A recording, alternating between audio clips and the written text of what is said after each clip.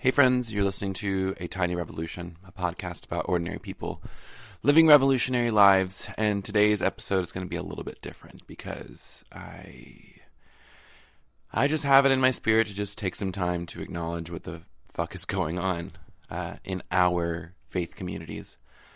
If you haven't been paying attention to Twitter, yesterday the United Methodist Church voted on what is known as the Traditionalist Plan. One that would pretty much keep all of the discriminatory language in what they call the Book of Discipline intact, meaning that in the United Methodist Church that marriage is between one man and one woman, and that queer folks are not allowed to pursue their call as ministers of the gospel.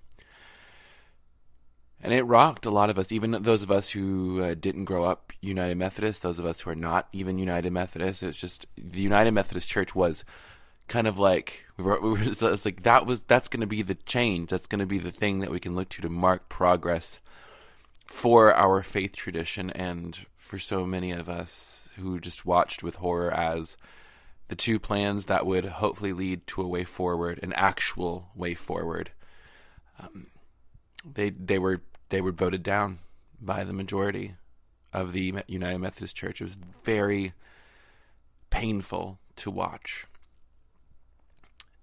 And I can't even imagine what it is like for people who are on the inside of the UMC. I am just literally watching from the outside with my hands open and my mouth agape. I'm really sorry.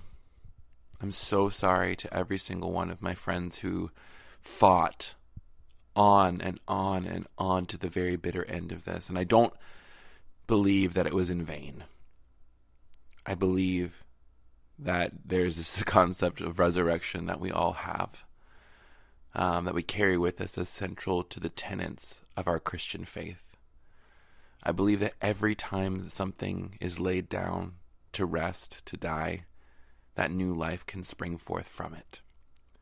I believe that everything around us is working for our good. And I don't know how that feels right now, because obviously most of us are in mourning. Most of us need time to just say, this fucking sucks. Most of us need spaces and places and, just areas to grieve. And so I want to let you know that if that's you, take your time. Take your time to grieve what's happened.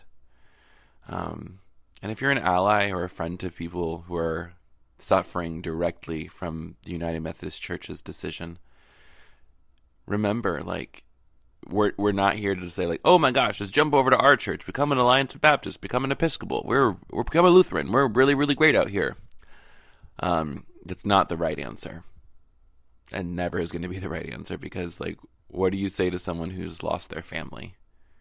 What do you say to someone who is being rejected by their family? I know what it's like to get family rejection for being queer. I cannot imagine what it's like to be rejected by your entire denomination. Think that's the biggest family out there. This family of faith, a global millions of people. And I know not everybody a part of that family is saying that, but just the ones in power. And that's the ones that sting the most. But I think it's important to remember who else is in that family. Not just the people who told you that you are not called. Not just the people who told you that your marriage is invalid. Not just the people who called who you are a sin. But there are so many folks out here who love you, who are standing with you, who need to look to you for guidance on what do we do now? You don't have to know the answer today. You don't have to know the answer tomorrow or even for a while. But I want to let you know, UMC fam, and especially the queer clergy in the UMC fam, you inspire me to keep wanting to be a Christian. You inspire me to keep pursuing my call, even though I don't even know what the fuck my call is in some ways still. But you inspire me. And even though I don't know many of you, I love you. I'm holding you in my heart today. I'm holding you in prayer. And I believe that, this is my Pentecostal self-talking, but something we used to say in the Pentecostal church was that when you're walking through the valley, just means that when you get to the mountaintop, the view is going to be all that much better. We're going through some shit, fam. But queer folks, we're tough as hell. We are resilient. We have survived so much. And that's what we'll keep doing. We will survive. And I think in this next iteration of whatever's to come next, we're going to thrive. Thank you so much for listening to this episode of A Tiny Revolution. My name is Kevin Garcia, and I will talk to you next week.